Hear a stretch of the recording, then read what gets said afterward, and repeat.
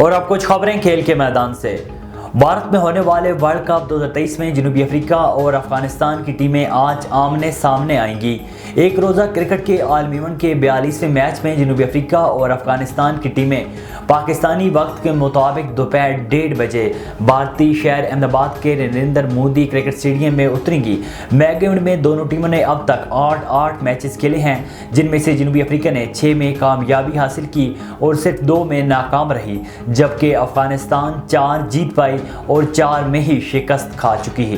New Zealand کے راجن رویندرا اور West Indies کی کپتان ہیلی میتھیوز کو ICC player of the month قرار دے دیا گیا۔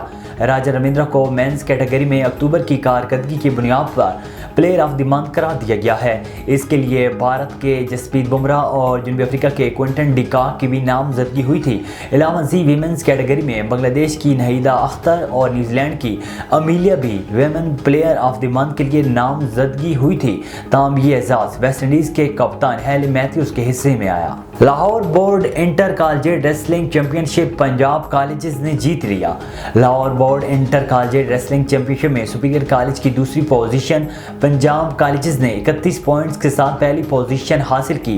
لاہور ڈویژن سے 9 کالجز کے 80 کھلاڑیوں نے چیمپئن شپ میں شرکت کی۔ ڈائریکٹر سپورٹس بورڈ لاہور نے کھلاڑیوں میں کیش انعامات، میڈل اور اسناد تقسیم کی۔